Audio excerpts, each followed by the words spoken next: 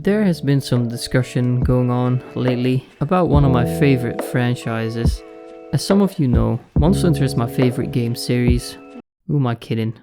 Nobody knows. Nobody subscribes. Anyways, ever since Monster Hunter World, microtransactions have been in the game. And Monster Hunter World already was my least favorite in the series. Shocker, I know. They try extra hard to appeal to Western audiences with these stats at the end of every hunt, basically making you feel like you were competing instead of cooperating. And don't get me started on the ridiculously overpowered Fatalis armor that made literally every other armor in the game obsolete. But I digress. So the first time I saw these microtransactions, I knew that this game was gonna go downhill. And what do I mean by that? Well, it would only get worse. Luckily, in the next game, Monster Hunter Rise, it wasn't as bad as I expected. Sure, there were microtransactions again, but none that seemed to have much impact. However, in the next title update, layered weapons will be added to the game. And you guessed it, there's now layered weapons you can only get by spending real money. But Dusk, you could buy exclusive layered armor in World, so what's new? Well, these layered weapons are of objectively higher quality than the regular layered weapons, and even have unique animations. So what, it just looks, it doesn't affect the gameplay?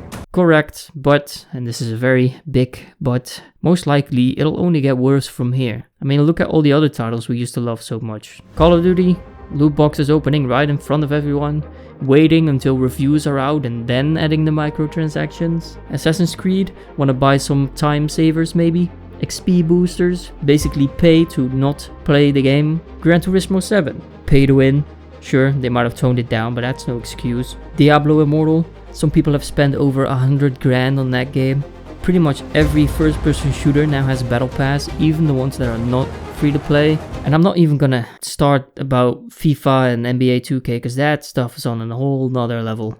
But what did all these games have in common? Well, they were all pretty good franchises before the microtransactions were a thing, and it would be very disappointing if Monster Hunter went down the same road. So please, do what you want with your money. I'm not here to tell you what to do, but just remember, we vote with our wallet, and this could be the beginning of the end. Buying these things is basically telling the developers that you want microtransactions. One of the reasons I liked the Monster Hunter series so much was for its value. If you paid full price for this game, you would always get your money's worth. Now it looks like those days are about to end, and I hope I'm wrong, but I predict that these layered weapons are gonna sell pretty good. And that will affect the future of this franchise. And for those saying that it's not that big a deal, we'll do some maths, alright? I know, your favorite class from school, huh? So Monster Hunter Rise sold over 11 million copies. To keep it simple, we'll go with 11 million because it's probably more like 13 million at this point, but we'll go with 11. Let's say 1 in 100 people buy the layered weapons, which is again generous because I think there will be way more. That would be 110,000 people buying the weapons. The weapons bundle will give you a discount, so I'm assuming that most people will go for the bundle instead of the separate weapons.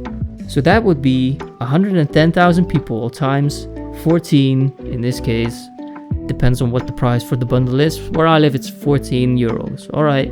That would be 1.5 million euros, and it will most likely be way more than this. If you don't think that this would affect the next game in the series, then I think you've been living under a rock or something. I'm sorry, SpongeBob, but you've become a negative influence!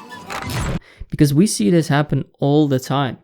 Franchises start with 1, 2 small microtransactions and it'll build up and get worse and worse and worse.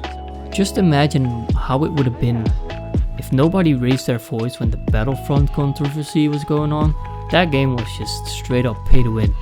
Now imagine what the series would look like right now if nobody stood up, if nobody raised their voice, if people kept buying these things. I think any microtransaction for that matter has the potential to destroy a completely fine game. It all depends on how the company handles it and on how many people actually buy these microtransactions. Anyways, with that said, I hope you guys enjoyed. Leave your opinion down below. Like, subscribe, all that stuff, and I'll catch you guys later.